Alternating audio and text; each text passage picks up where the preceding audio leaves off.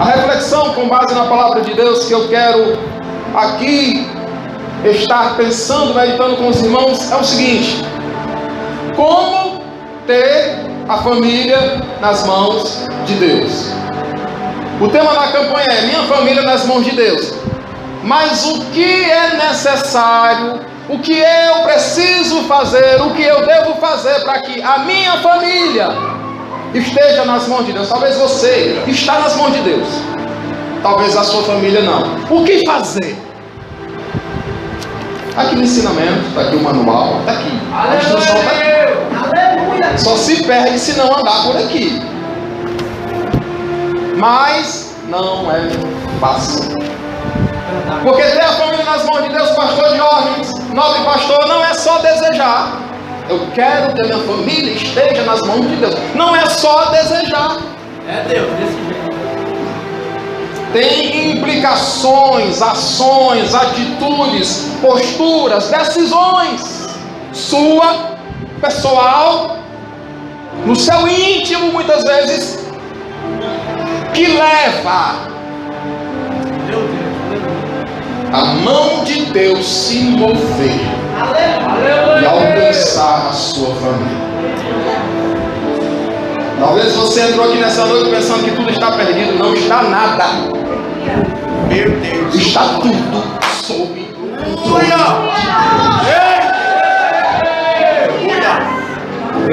E Deus moveu o coração da igreja, o coração do pastor, para trabalhar esse tema com as famílias, porque Deus está dizendo através do tema dessa campanha: é possível a família de um homem e de uma mulher de Deus. A família está nas mãos de Deus. E você vai estar aprendendo aqui, estamos na terceira noite da campanha. Você vai estar aprendendo aqui, recebendo instruções de Deus, para que a sua família em breve esteja nas mãos de Deus. Glória! Eu vou citar três coisas, três atitudes que eu e você precisamos fazer para que contribuamos com Deus. Não é que a gente vai ajudar Deus, porque Deus não precisa. Ele faz o que Ele quer, na hora que quer, da forma que quer, do jeito que quer. Mas quando agimos de algumas formas, nós contribuímos com Deus para que o milagre aconteça,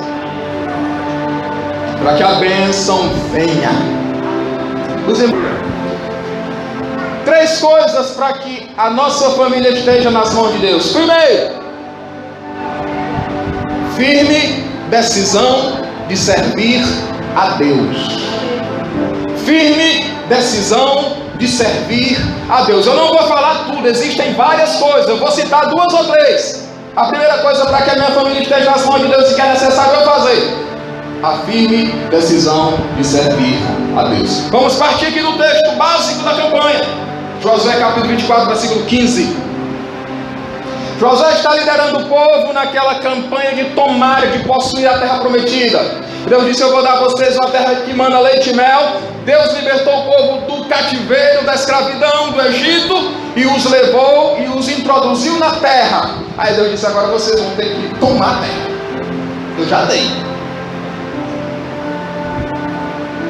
Você vai ter que fazer alguma coisa para receber a terra que mana leite e mel. Às vezes a gente quer que Deus faça tudo, e a gente vai fazer o quê? Eita glória! Aleluia! Eita Jeová! Quando custa algo para você, você sabe valorizar. Aleluia, Deus! Muita coisa de graça não presta. Quando custa algo para você, você sabe valorizar. Só Ana sabe o valor daquele filho, Senhor. Oh, glória a Deus. Aleluia! Josué, então, o povo já está quase totalmente estabelecido, cidades divididas, mas ele reúne o povo aqui, é a segunda vez que ele reúne, para exortar o povo, para ensinar, para falar, para mostrar o caminho do Senhor, para lembrar o que Deus havia feito por eles.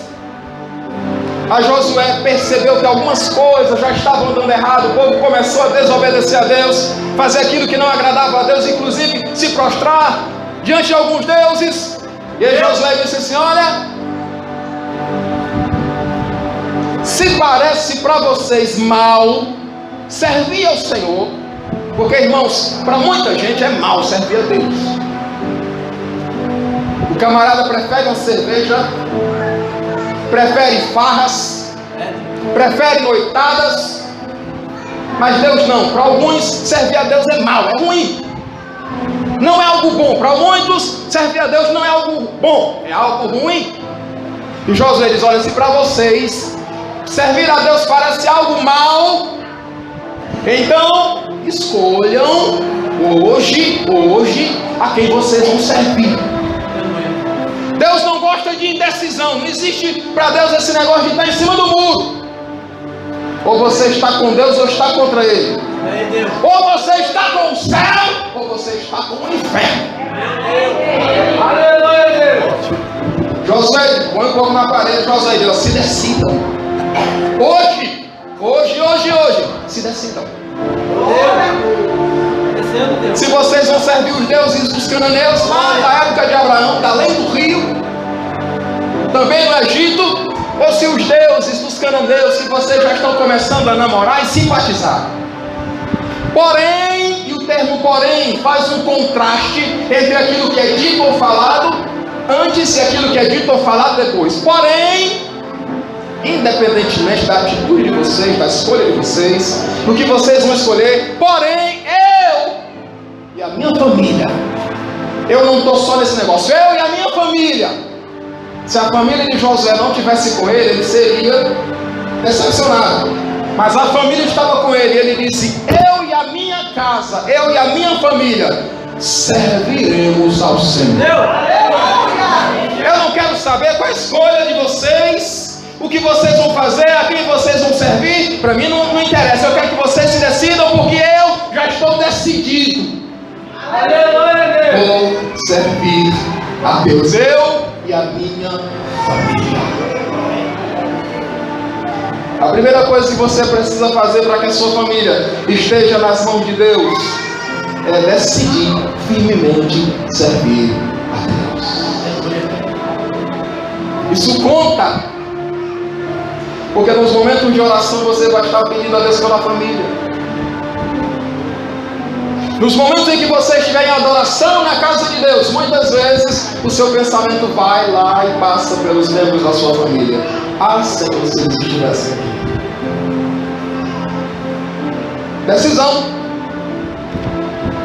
E a família de Josué estava com ele naquele negócio.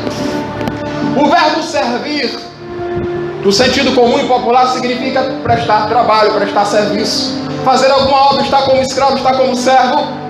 Fazer um trabalho para alguém, mas quando é relacionado a Deus e as suas coisas, tem duas implicações interessantes.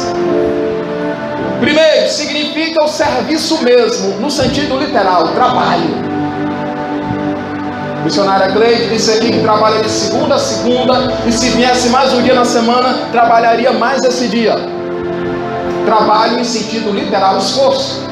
Correndo para um lado para o outro, suando, muitas vezes sem dormir direito, sem se alimentar direito, porque foi assim com Jesus. Aqueles que amam Jesus passaram pela mesma experiência.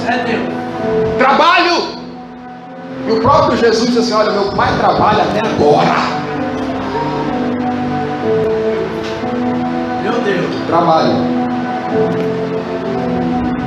Quando a gente lê Números capítulo 4, versículos 23 e 24, Deus separa da família de Levi uma família chamada Gersonitas, descendentes de Gerson.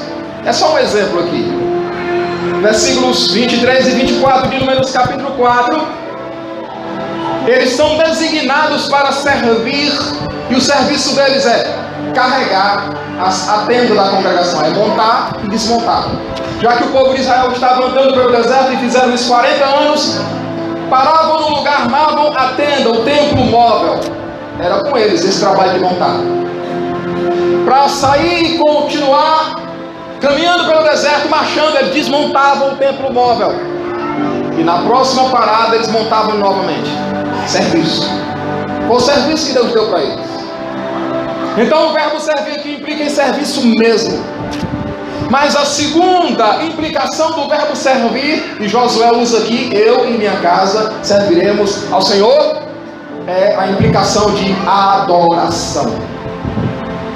Quando nós lemos Êxodo capítulo 3, versículo 12, Deus está chamando Moisés para, através dele, libertar o povo de Israel do Egito.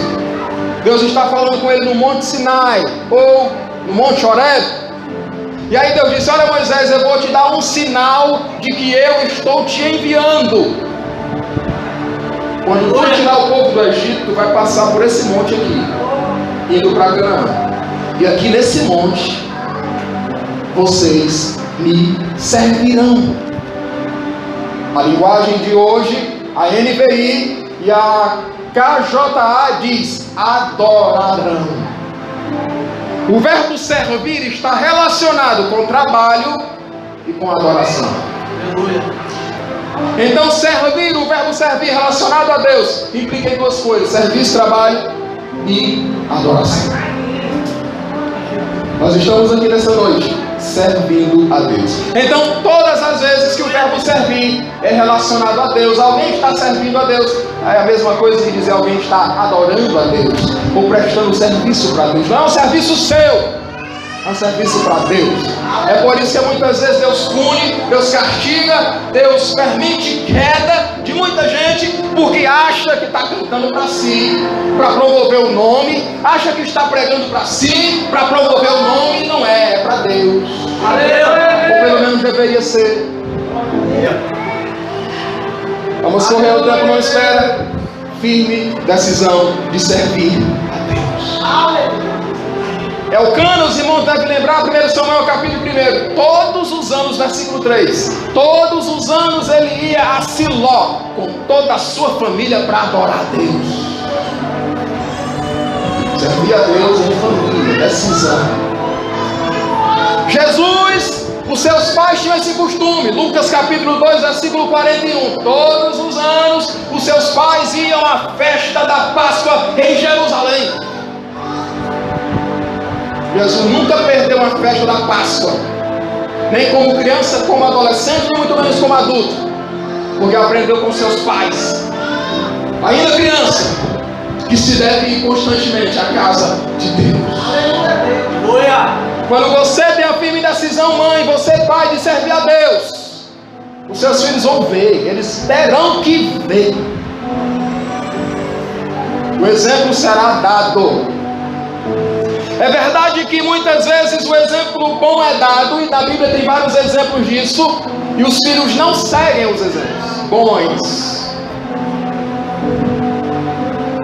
Mas a decisão não é sua, porque quando chega certa idade, certo tempo da vida, cada pessoa decide por si, mas ele leva o exemplo. Vai fazer o contrário se quiser, mas ele leva o exemplo. Até os 14 anos de idade, isso aqui quem comprova é a ciência, a personalidade está formada de uma pessoa. É um conjunto de características biológicas do pai, da mãe, herdadas do pai e da mãe, mas também do meio em que vive, seja a igreja, seja a vizinhança, seja a faculdade, a escola, o trabalho. Aos 14 anos a personalidade, que a gente também chama de temperamento, é formado. A partir daí não existe mais formação de temperamento. 14 anos de idade. Agora o caráter, enquanto vivemos, o caráter pode ser forjado. Se você quiser a sua família nas mãos de Deus, você vai ter que tomar a firme decisão de servir a Deus. Você vai ver os frutos. Eu já falei aqui outra vez que a minha mãe, flagrei ela em alguns momentos. Eu estou vendo ali a nobre mãe do pastor Diógenes. E a minha mãe dizia: meu Deus, tome em suas mãos os meus 3 filhinhos, tudo grande, com quase. Zé Filho, ela me chama de Zé Filho, o Oziel e a Ruth. Estamos todos crescidos, todos casados, todos constituímos família, mas graças a Deus e às orações da minha mãe, estamos na presença de Deus, servindo a Deus. Quando eu penso em alguém de fé, quando eu penso em alguém que segue princípios bíblicos, inevitavelmente eu lembro da minha mãe. sirva a Deus. E o exemplo vai ficar para os seus filhos. É o maior legado que um pai crente, uma mãe crente pode deixar para o seu filho. O exemplo de alguém que serviu a Deus.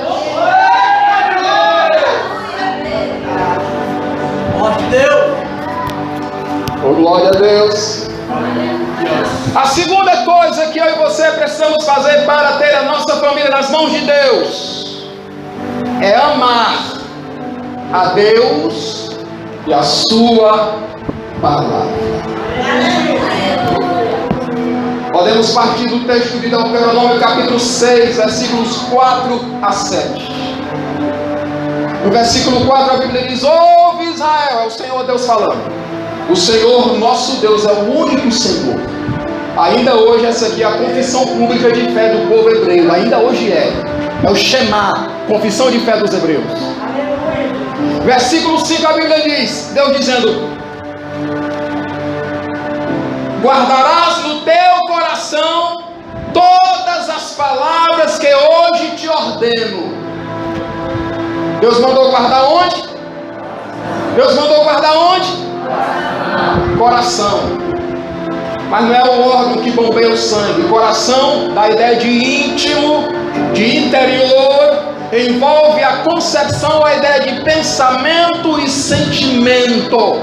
Deus está dizendo: você vai ter que amar todas as palavras que eu estou dizendo, guardar na sua mente e no seu coração. Glória a Deus! Só guarda na mente quem ama. Só guarda no coração quem ama. Você só guarda no coração aquilo ou a quem você ama. Se você não ama, está fora do coração. Para ter a família nas mãos de Deus, tem que amar a Deus e a sua palavra. O versículo 7 diz assim, versículo 6: estas palavras que te ordeno estarão no teu coração. Versículo 7: e as ensinarás a teus filhos, falando delas, assentado em tua casa, deitando-te, levantando-te e andando pelo caminho, todo tempo, toda hora, diariamente, sem cansar. Meu filho, aqui é a palavra de Deus. Filhinho, filhinha, aqui é a palavra de Deus. Olha o que a palavra de Deus diz. Presta atenção, você só vai ensinar as palavras de Deus aos seus filhos se você amar a Deus e a sua palavra. Se você não amar a Deus e a sua palavra, você não vai ter interesse nenhum em ensinar aos seus filhos a palavra de Deus. Amar a Deus e a sua palavra. Aleluia! Esse texto faz coro com as palavras de Jesus registradas em João capítulo 14, versículo 15. Jesus diz assim: se, condição, me amardes, verbo amar, guardareis os meus mandamentos. Aleluia! A prova, o segredo de que alguém ama a Deus é guardar os mandamentos do Senhor. Ninguém mostra que ama a Deus pulando, batendo palmas, falando línguas estranhas ou até mesmo evangelizando. Se mostra que ama a Deus obedecendo aos seus mandamentos. Tem muita gente que diz que ama a Deus, mas pelas suas ações, pelas suas atitudes, mostra que não, prova que não. O que fazer para ter a família nas mãos de Deus? Amar a Deus e a sua palavra. O sábio Salomão, o homem que recebeu sabedoria de Deus, o homem mais sábio que já houve na existência entre os mortais, Salomão, Provérbios 22:6, ele diz: instrui ou ensina o menino ou a criança no caminho que deve andar, e até quando envelhecer não se desviará dele. Não é um mandamento, é um provérbio. Salomão, devido à sabedoria que recebeu de Deus e à observação que fez de todas as coisas, ele constatou: ensine a criança no caminho em que deve andar, e ela, mesmo quando crescer, não vai se desviar. Quando lemos Efésios capítulo 6, versículo 4, a Bíblia diz assim: vós pais, não provoqueis a ira a vossos filhos. O versículo continua dizendo: mas criai-os na doutrina e admoestação do Senhor. Criar é promover tudo o necessário para que a pessoa como um todo seja desenvolvida intelectualmente, espiritualmente, fisicamente, na doutrina do Senhor e na admoestação. A admoestação inclui o conceito de muitas vezes ter que advertir, ter que censurar. Meu filho, isto é errado. Olha o que a palavra de Deus diz. Mostrar claramente.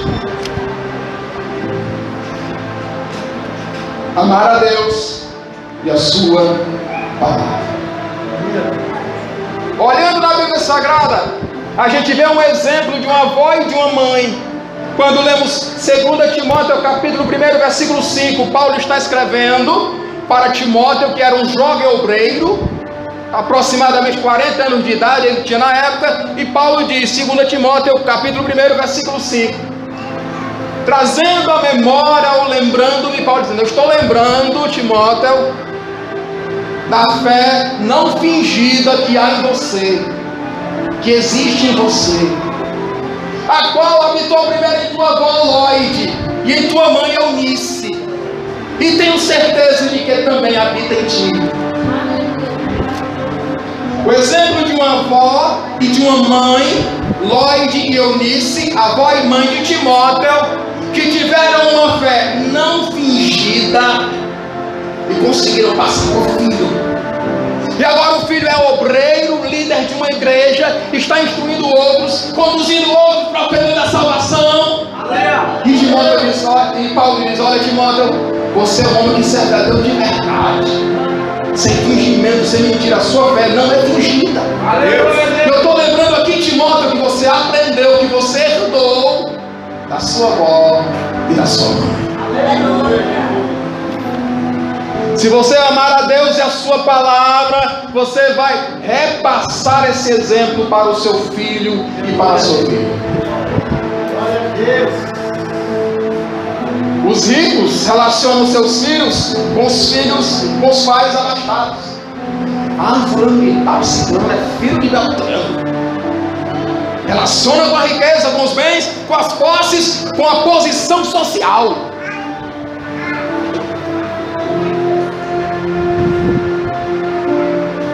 Mas o filho do crente, ele pode ser relacionado com a fé do seu pai e da sua mãe. Aleluia, Deus! O que fazer para que a minha família esteja nas mãos de Deus? Segundo passo: amar a Deus e a sua palavra. Aleluia! A palavra. Muita gente está deixando a palavra e correndo com os especialistas de várias áreas do estudo do comportamento humano. Eles poderão ajudar, irmãos, em alguma coisa, mas a maior sabedoria está aqui, ó. Aleluia! Está aqui e está oculta a eles, mas está revelada aos pequenininhos de Deus. Aleluia! O tempo está indo embora. Primeira coisa a fazer: tomar a atitude de servir a Deus firmemente. Eu vou servir a Deus. Não quero nem saber da opinião de alguém, do que alguém escolheu. Eu vou servir a Deus. A minha família também. Segunda coisa: amar a Deus e a sua palavra.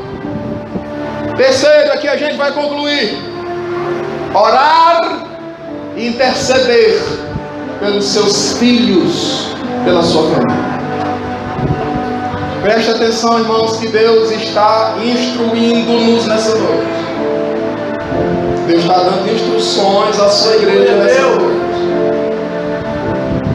É preciso atentarmos para a palavra. Quando Deus aconselha, quando Deus adverte, Ele quer poupar-nos de muita coisa. É melhor ir pelo caminho de Deus. Aleluia, Deus! O povo de Israel chegaria em Canaã, saindo do Egito, em 40 dias. Mas por causa da desobediência, por não entender o propósito de Deus, andaram no deserto 40 anos. E detalhe, todo que murmurou, que criticou, Deus não dá pão, Deus não dá carne, seria melhor a gente ter morrido no Egito, aqui não tem lugar para a gente colocar nossas tendas direito. Todo esse povo que reclamou de Deus ficou prostrado no deserto. Dos mais de 2 milhões de israelitas que saíram do Egito, só 2 entraram na terra prometida, Josué e Caleb. O restante, tudo era filhos e filhos e filhos daqueles que saíram de lá. Siga os conselhos de Deus. Quer a sua família na mão de Deus? Sirva a Deus de verdade. Tenha postura, tenha decisão. Não deixe ninguém tirar você dessa verdade, desse caminho. Sirva a Deus de verdade, com firmeza. Ame a Deus e a sua palavra. E terceiro, ore e interceda por seus filhos. Em Jó capítulo 1, versículo 5, a Bíblia diz que Jó, depois que seus filhos faziam festas e mais festas, faziam rodadas de festas, e isso aconteceu várias vezes na vida. Todas as vezes que eles terminavam a rodada de festas, de banquetes, Jó chamava eles, Jó capítulo 1, versículo 5, Jó chamava eles, santificava-os, purificava-os, e depois se levantava pela madrugada e oferecia holocaustos e sacrifícios a Deus. Pode deixar meu filho, já.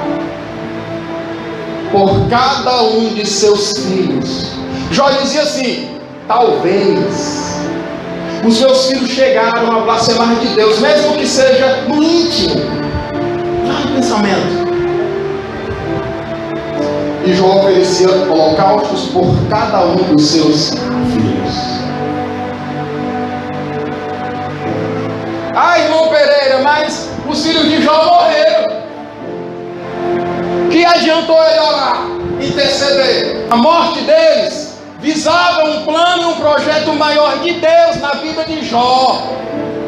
Porque o diabo chegou para Deus e disse: olha, ele só te adora porque tem. Ele te compra com a adoração dele para receber bens. Ele barganha contigo. E acusou até Deus. E o Senhor cerca ele porque ele te adora. Acusou Deus e acusou Jó. Mas Deus sabia a sinceridade de Jó e permitiu que o diabo fizesse tudo aquilo que fez. Mas o que Deus fez? Deus deu a Jó tudo o que ele tinha em dobro. Em dobro. E a bênção maior que eu acho não é nem essa. Está lá no capítulo 42, versículo 5, quando Jó diz assim: eu te conhecia só de ouvir falar. A minha experiência era só por terceiros. Alguém me disse que Deus, alguém me disse que Deus, alguém. Mas agora os meus olhos te veem. Agora eu tenho uma experiência real contigo. Pedir para em nome de Jesus, se você puder.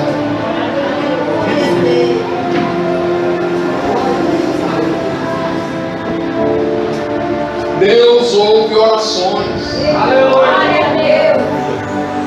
Talvez na situação que o seu filho está, sua filha está envolvida, você não pode fazer nada. Mas Deus ouve orações. Onde a sua mão não vai, o seu braço não vai, o braço de Deus chega. Eita. Onde a sua proteção não chega, a proteção do teu Deus chega. Deus. Oi, irmãos, quantos filhos de crente não já foram livrados? Porque está o pai e a mãe de joelhos: Senhor, guarda o meu filho. Aleluia! Ele não sabe o que está fazendo, ele está enganado, ele está cego. Guarda o meu filho, guarda a minha filha. E Deus tem feito.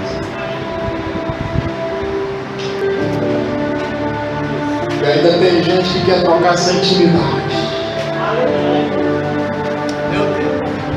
essa proteção que vai além da sua vida, chega na vida dos seus, mesmo aqueles que estão no caminho errado, Deus protege por sua causa. Anda, candaraias. Aleluia. Não troca essa proteção não. Eu quero animar você a continuar insistindo, persistindo. Irmão, Pedro, está difícil. Cada vez que eu dobro de joelhos, o negócio aperta mais. Continue, porque a bênção está vindo. Na realidade, Deus já ouviu você e está preparando um milagre. 21 dias depois de oração, e diz: Daniel, homem muito amado, desde o momento em que tu propôs no teu coração, não foi quando ele se ajoelhou, não, foi antes. Quando ele propôs no coração, vou orar, Deus já ouviu.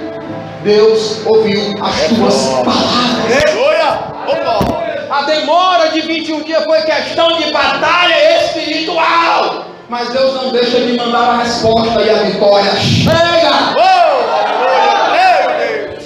Meu Deus, aleluia.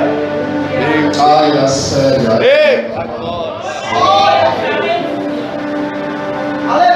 Ah, minha filha, os seus passos por acaso não serão em vão. Deus vai te dar vitória. Forte Deus. Essa campanha não é coisa de homem, é coisa de Deus. Aleluia. Pastor Jorge, famílias, plural, serão abençoadas por causa do propósito que Deus colocou no teu coração e tu aceitou. Famílias serão abençoadas, irão glorificar a Deus. Meu Deus. Andará na sua casa.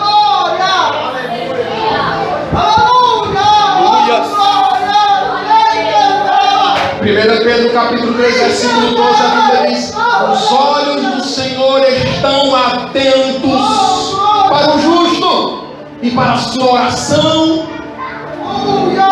Tiago capítulo 5, versículo 16, a segunda parte do versículo diz: muito pode, por sua eficácia, por seu poder, a oração de um justo. Filipenses capítulo 4, versículo 6, a Bíblia diz: não estejam inquietos por coisa alguma. Você está inquieto por quê?